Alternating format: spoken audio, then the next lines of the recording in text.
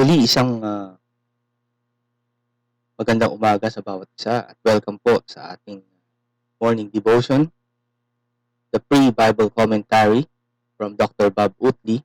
At tayo po ay nagpapatuloy sa aklat ni Marcos. Nakita natin ang mga panimula at ang mga salik ng ating pagbibigay kahulugan o pagpapaliwanag ng banal na kasulatan ay natalakay na natin for the previous 5 lessons. At tayo po ay dadako na sa unang kabanata ng Marcos. So, tayo po muna yung manalangin. Dakila't mapagpalang Ama, kami po ay nagpapasalamat sa inyong biyaya na kami po ay nakakapagpatuloy na malayang makapag-aral ng inyong salita. Dalangin ko sa umagang ito, paggabay, banal na spirito ay patuloy na sumaamin. Bigyan kami ng kaliwanagan, Panginoon, sa pag-aaral na ito. At gayon din naman sa mga tagapakinig at nanonood through this online platform, I pray, Lord, for your grace and mercy to them. This is our prayer in Christ's name. Okay, so prior to this, ay nakita natin yung mga reading cycles, recommendation ni Dr. Bob on how we could effectively read the scriptures. First of all, we have these 3 reading cycles, no? O yung tapusang pagbasa. Basahin ko lang yung paliwanag dito.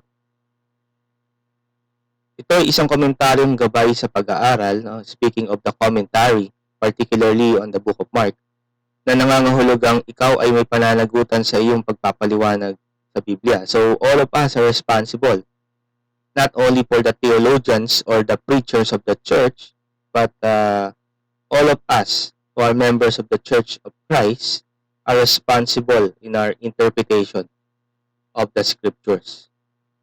Yun po yung sinasabi niya dito. Bawat isa sa atin ay dapat lumakad sa liwanag na mayroon tayo. So, importante po yan na dapat yung ating mga natanggap na katotohanan ay atin pong lakaran. No? So, as we apply the biblical truths, this light, ay dapat po ay lumakad tayo sa liwanag na ito. So, we have these 3 aspects. Ikaw, ang Biblia at ang banal na spirito. No? So, as the reader of the Word, and as we interpret it, of course, the Word of God, nandiyan po yan, and the Holy Spirit. By His illuminating grace to us as we continue to read the Holy Scriptures. Okay? Ang pangunahin sa pagpapaliwanag, itong tatlong ito, tayo, ang Scriptures, at ang banal na spirito. Excuse me. Hindi mo dapat ito iasa sa tagapagsuri. Okay? So, huwag natin iasa ang mga paliwanag sa mga commentators. Hindi tayo dapat umaasa dyan. Dapat tayo magkaroon ng sariling pananaliksik, discovery of the richness of the Word of God. No? At madidiscover natin yan sa ating sariling pagbasa on a personal level, but also we could do this in our corporate ministry, particularly our local congregations. To encourage everyone to read the scriptures in a regular basis, no? Para tayo po ay magkaroon ng pakinabang sa salita ng Panginoon. The first level is reading the scriptures in one sitting, no? And state there are 2 things here, no? Basahin ang buong aklat ng Biblia sa isang pagkakataon, ipahayag ang pangunahing tema o paksa ng buong aklat sa iyong sariling salita. No? So, of course, in your own, we could at magiging halata ang kabuuang tema ng isang aklat. No? As we read along the passages of the scriptures, we could recognize the theme of the entire book, as well as the type of literature or the genre. So that's the first level. And then on our second reading cycle, ano naman ang gagawin natin? So we could, this time, ito naman po, no? Basahin ang buong aklat sa pangalawang pabeses sa isang pagkakataon. Balangkasin ang pangunahing mga paksa. Yan. So this time, we are making some skeleton out of a general theme of the scriptures na pwede na natin siyang i-divide into its literary unit based on our reading. Okay? Yan. So, depende sa haba ng aklat, ay marami siyang pampanitkang unit o literary unit. Okay? So, yan po yan. And then, let's continue now on our study of Book of Mark. Sa commentary ng Dr. Bob, makikita natin yung mga paragraph division o yung mga bahagi ng talataan, no, comparing the modern translations. So, dito, hindi ko lang maipakita ng dahil malaki yung chart. So, he's comparing the UBS or United Bible Society 4th edition, the New King James Bible, the new the RSV, no, Revised Standard Version, New Revised, and then also the Today's English Version, and then the New Jerusalem Bible. Kung papansin natin, iba-iba yung mga translation philosophy nitong mga ito, no? So the first three here are more likely. Of course, NASB, Dr. Bob is using the NASB updated 1995 edition for the commentary. On my part, as the translator in Tagalog, I'm using ang Biblia, or sometimes ang Tagalog ang Biblia, yung tab version, sometimes yung ABAB. So depending on the use, no? Papansin natin, marami yung iba-iba yung translation philosophies. So the first three are more likely on the verbal equivalence translation, no? And the other two are in dynamic, yung TEB saka yung New Jerusalem Bible. So what's the reason behind this? So that we could look at the different grammatical semantics o yung semantikong larangan. Ibig sabihin yun yung scope ng isang term o salita na ating pinag-aaralan, para most likely makita natin yung tiyak na pakahulugan nito based on the terms ng bawat translation. Kasi iba-iba yung approaches nila on how to translate. So makikita natin yung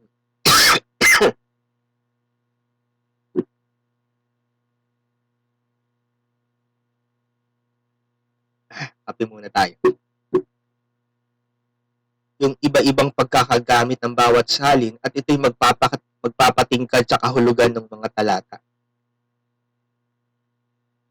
So yun po yung approach Dr. Bob sa commentary na ito. Hinati niya sa maraming mga talataan, bahagi ng talataan ng salin, as I would like to look at the UBS 4th edition. Nakikita natin dito on Mark 1, 1-8, ang pangangaral ni Juan Bautista. So, the gospel starts really differently compared to Matthew and Luke. And nakikita natin, nagsimula siya dun sa pangangaral ni Juan Bautista. Primarily because Peter, if you will base it on the witness of Peter, dito talaga nagsimula si Pedro sa preaching ni John the Baptist. Okay?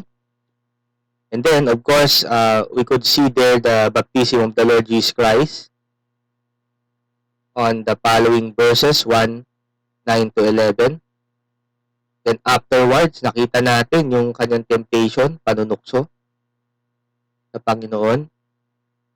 Then afterwards, this is the start of the Galilean ministry, the beginning of the Galilean ministry, verses 14-15. Pagkatapos nito, ang pagtawag sa apat na mangingisda. So So, ito na yung first four na makikita natin on Mark 1:16 to 20. And then, the encounter the man with unclean spirit on 21 to 28. Okay? And afterwards, ayan na po yung mga ministry kasi ng Panginoon, no? So, the healing of these people, pagpapagaling sa maraming tao, 29 to 34. Isang pangangaral na paglalakbay, no? Preaching tour ng Panginoon, verses 35 to 39. And then, paglilinis sa isang kitongin, cleansing of the leper on verses 40 to 45. Okay? So, most likely, yan yung paragraph divisions ng ibang mga translation based on what we use. No? So, halos ganun din yung sa New King James Version. Tingnan natin yung sa New King James. Yan. Yung iba, you could always click on the freebiblecommentary.org if you would like to have a copy of the English version of this. No, you could click on the written commentary, New Testament, under New Testament commentary, and then you could look at the Book of Mark. So, nandito po yan. Kung nais nyo pong i-download yung Tagalog commentary, you could look at the Tagalog section. Nandun po siya. Okay, for the New King James, ito naman po yung mga talataan. Inihanda ni Juan Bautista ang daan, preparing the way of the Lord, the materials, by preaching repentance. Then same for 9 to 11, baptism of the Lord Jesus Christ by John. And then the temptation on verses 12 to 13. Then the start of the Galilean ministry also. Also the call for the first four, apat na mangingisda na tinawag ng Panginoon. So yan po yung. By the way, sa komentaryong ito, marami tayong tatalakayang mga special na topic o natatanging paksa in between the verses.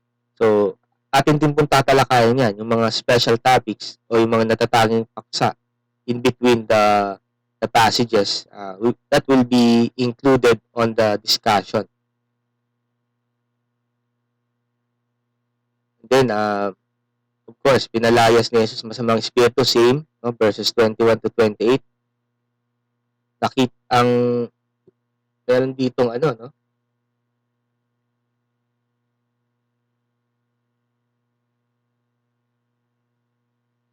Okay, dito naman, specific sa New King James, yung pagpapagaling sa biyanan ni Pedro. Yung mother-in-law ni Pedro.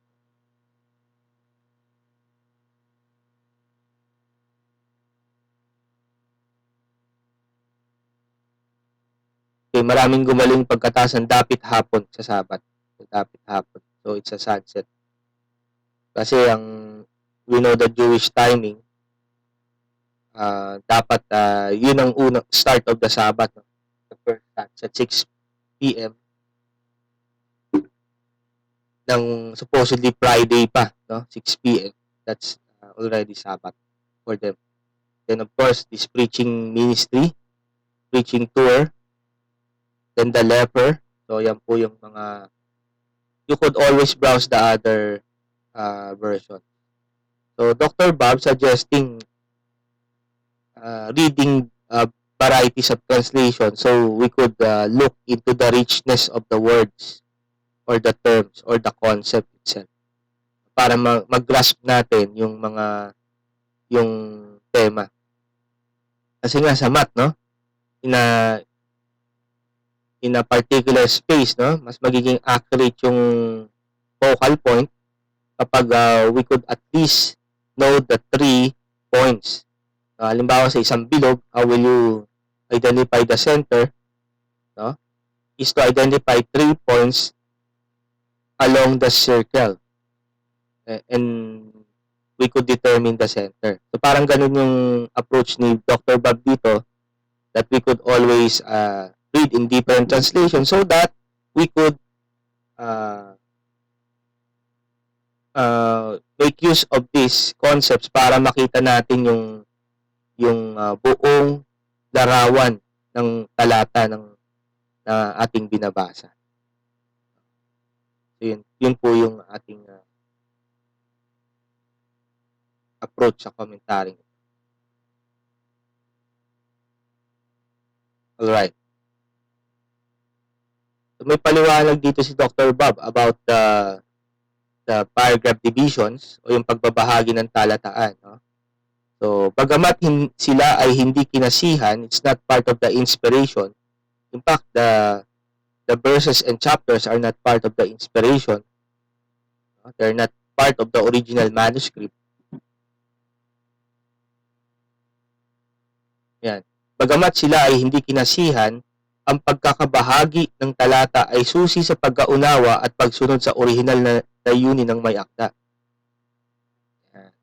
So yan, it's a key for understanding and following the goal, the intent of the author, the authorial intent. Bawat makabagong salin ay hinati at binuod ng mga talata, no? Bawat talata ay may isang pangunahing paksa o kaisipan. So each of these passages, these paragraph divisions, has its main subject or topic or idea. No? Bawat salin ay binubuo ng isang paksa ayon sa kanyang natatanging kaparaanan, based on the translation philosophy of a particular translation. Habang binabasa mo ang talata, tanungin ang sarili kung aling salin ang nababagay at tumutugma sa iyong pagkaunawa sa paksa at pagbabahagi ng mga pangungusap. See? So, yan. So, kaya si Dr. Bob encouraging to have references also to other translations so that are faithful in its philosophy of translation. Sa bawat kabanata, dapat nating basahin ang Biblia muna at subukang alamin ang mga paksa nito o yung talata, pagkatapos ay ipaghambing ang ating pagkakaunawa sa mga makabagong salin. Saka pa lang tayo magre-refer doon sa paragraph divisions ng mga modern translation after we have done our own research on a particular paragraph division as we read. So, hindi aasa agad tayo, but sometimes, most of the time, ayan, umaasa na tayo dun sa ginawa na. But for Dr. Bob, dapat tayo muna, no? Subukan nating alamin ang mga paksang ito. Pagkatapos, ihambing natin sa mga makabagong salin. Kung naunawaan na natin ang original na layunin ng may akda sa pamamagitan ng pagsunod sa kanyang lohika at paglalahad, doon lamang natin masasabi na totoong naintindihan natin ang Biblia. Okay? So, yan, no? It's a really key to understanding the scriptures. Tanging ang original na may akda lamang ang kinasihan. Ang magbabasa ay walang karapatan na ibahin o baguhin ang mensahe. So, yan ay isang babala rin, hamon sa atin na huwag natin ibahin yung mensahe ng author. Ang mambabasa ng Biblia ay may pananagutan na gamitin ang kinasihang katotohanan sa kanilang pang-araw-araw na buhay. Okay? So we need to apply this to our personal as well as our ministerial life. Mahalaga dyan, the truths.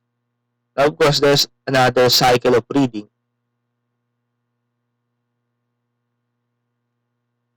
So this would be more details, no? Kasi doon sa first reading, ano yung requirement natin? Yung unang tapusang pagbasa ay yung tema o yung paksa ng buong aklat, and then yung genre. And then sa ikalawang reading cycle o tapusang pagbasa, ano naman yun? No? So we divided into literary units by ourselves, no? So as we read the scriptures. And then compare this to the modern translations. How the modern translations also divide the biblical book into literary units. Now, this is the third one. No? basahin ang kabanata ng isang upuan, alamin ang mga paksa, ihambing ang iyong pagkakabahagi ng paksa sa 5 makabagong salin. So, yung ating nakitang mga salin kanina. Ang pagkakatalata ay hindi isang inspirasyon, of course, ngunit ito ay isang susi sa pagsunod sa layunin ng may akda na siyang puso ng pagpapaliwan. Okay? So, yung pagkakatalata niya, yung pagkaka-group of ng passage. No, doon tayo kukuha ng context. Okay? So, bawat talata or passage ay may isa at isa lamang paksa. So, pwede natin, from the structures, pwede nating hati-hatiin siya sa mga passage or talata. Okay? So, parang from general, nagiging specific. Tama ba? Ano ba yun? Deductive or inductive? So, I think, from general, deductive. No? So, there's this idea of deduction as far as the reading. So, from general theme down to the passages, their paragraph division. Okay? Now, let's go to the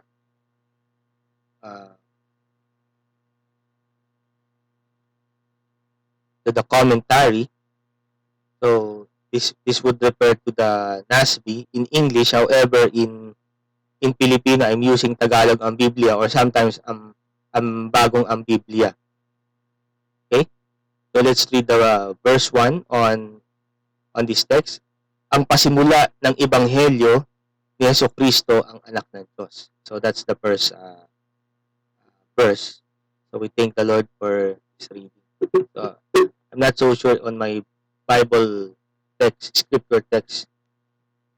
I think halos pareho.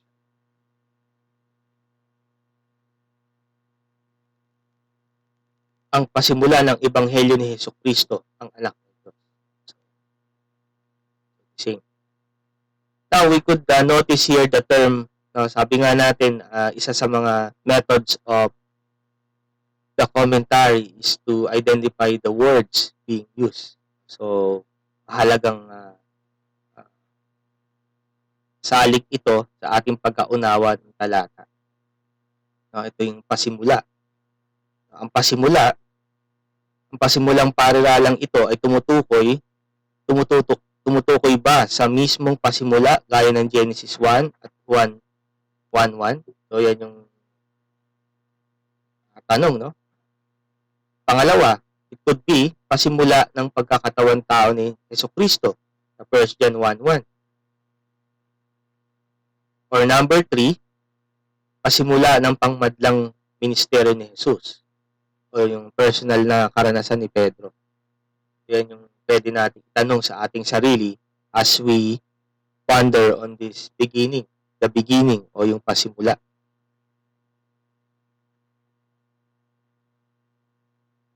Okay, ang unang talata,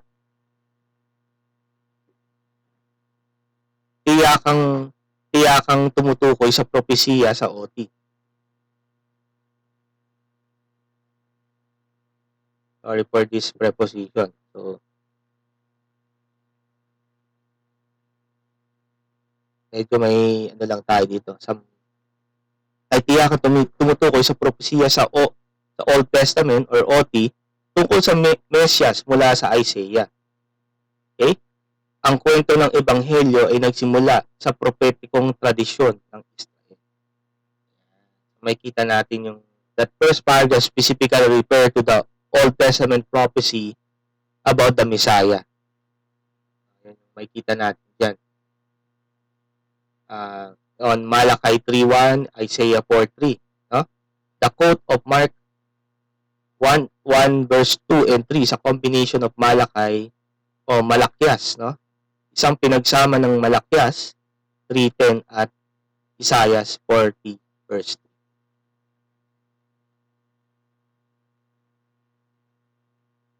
Alright.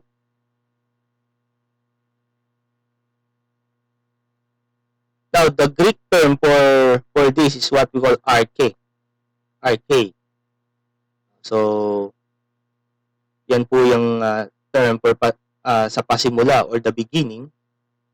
At yan po isang bahagi din ng ating pag-aaral to look into these special topics, particularly natatanging paksa, itong mga salita na ginamit sa mga talatang ito.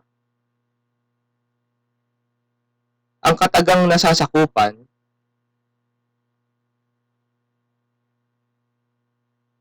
ay ang Griegong katagang arche, na ang ibig sabihin ay simula o pinanggalingan ng isang bagay. Alright. So, hindi lang maning numbering ko dito, no? It could refer to, number 1, pasimula ng linikhang kaayusan. The beginning of the created order in John 1:1, 1 John 1:1, Hebrews 1:10. Number 2, ang pasimula ng ebanghelyo. This arche referring also to the beginning of the gospel. And then number 3, unang mga saksi, no? The first eyewitnesses, as stated in Luke 1:2. Okay, number 4, mga pasimulang tanda or miracles or signs na on 1 John or John 2:11. So dito ginagamit yung word na arche, no?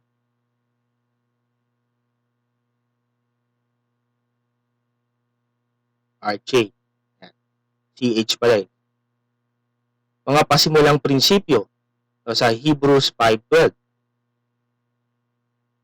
Maybe we could look at some of the examples here. On John 1:1, no? So alam natin itong talatang ito.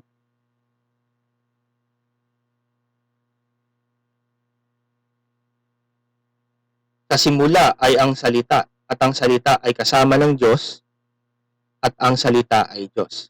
So, arche, ginamit doon.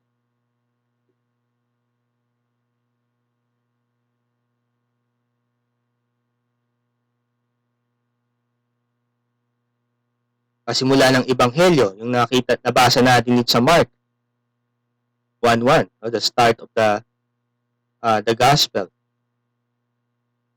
Yung mga unang saksi sa Luke 1:2. Tingnan po muna natin.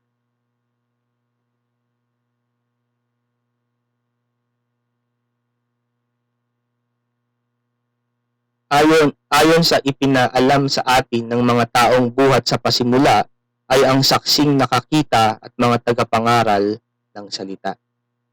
So, the first eyewitnesses. Mga pasimulang tanda, the signs, in John chapter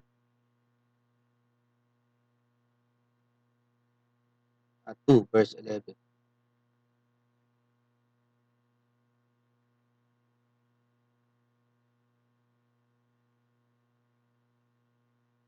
Okay. Ginawa ito ni Jesus ang una sa kanyang mga tanda sa Kana ng Galilea at ipinahayag ang kanyang kaluwalhatian at sumampalataya sa kanya ang kanyang mga alagad. Okay? So, yun. I think this is the wedding at Cana. Tingnan natin yung heading. Sometimes maganda rin yung mga may mga heading, at least meron na tayong idea on the passage that we're reading. The good guide.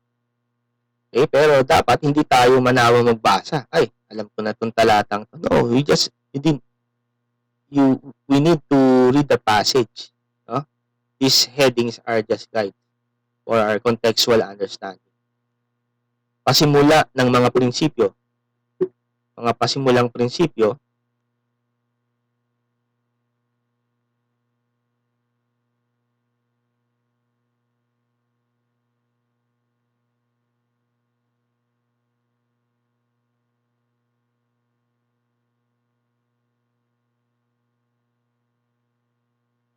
sapagkat bagaman sa panahong ito ay dapat na kayo mga guro na kailangan muling may magturo sa inyo ng mga unang simulain ng aral ng Diyos. Okay? Kayo'y nangangailangan ng gatas at hindi at hindi ng pagkaing matigas. So, there's these first principles. Number 6, pasimulang katiyakan ayon sa katotohanan ng Ebanghelyo. We could read also on Hebrews 3:14.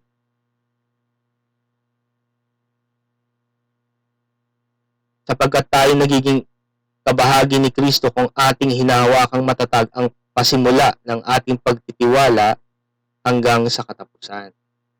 So this is the beginning of our assurance based on the gospel truth. Pang-7, ang pasimula. Okay, Colossians, no? So referring to the ministry of the Lord Jesus Christ.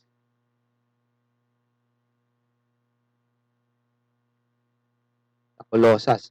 Siya ang ulo ng katawan, ang iglesia. Siya ang pasimula, ang panganay mula sa mga patay, upang siya ay maging pangunahin sa lahat ng bagay.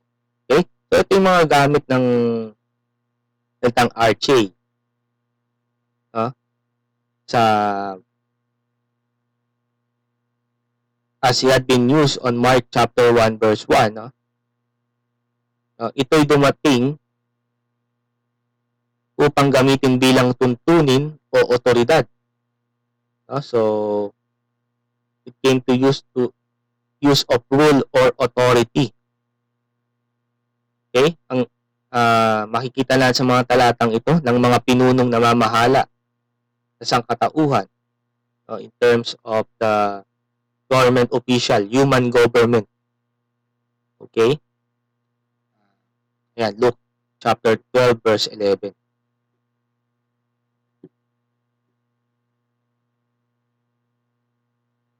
Kapag kayo dinala nila sa harap ng mga sinagoga at sa mga pinuno at sa may kapangyarihan, ay huwag kayong mag-alala kung paano o ano ang inyong isasagot o kung ano ang inyong sasabihin. So, referring to the authorities. So, pangalawa, sa mga makaanghel na otoridad. Okay, there are passages here, yung angelic authorities. Okay, tingnan natin yung sample dito, Romans chapter 8 verse 38.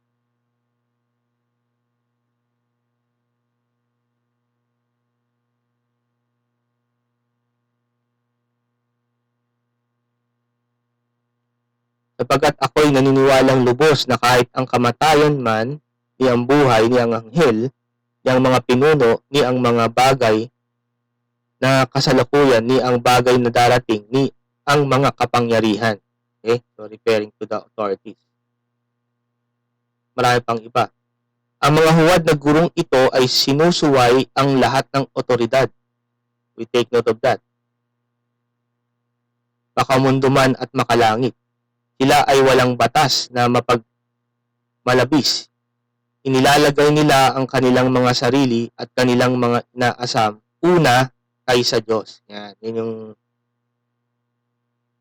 yung primacy ng kanilang sarili kaysa sa mga otoridad na binigay ng pinagkaloob ng Diyos at maging sa Diyos mismo, mga anghel, mga sibil otoridad at mga pinuno. So that's the usage of the word arche. Okay. Ayan, di ba? Nakaisang term pa lang tayo. So by tomorrow, no? I will continue on discussing this term, no? The gospel, the beginning of the gospel. So we know the concept about beginning and then of the gospel o ng ebanghelyo. Okay? Alright, so salamat sa Panginoon. Sana we could always review this, no? Look at the references, Bible references for your study. So maraming pong salamat dun sa mga viewers natin. This is primarily done for the glory of God and for the people of Countryside Baptist Church at sa bawat mga kaibigan natin na kasama rin nating nakikinabang sa pag-aaral ng kanyang salita. Okay? Kita-kita tayo bukas. Tayo magwakas sa panalangin. Lord, we thank you for this day. Thank you for this time. Bless our time as we study these passages in the book of Mark, particularly Mark 1. I pray, Lord, for your grace and mercy to us. Be with us, Lord, as we continue serving you. Is our prayer in Christ's name. Okay, so marami pong salamat sa bawat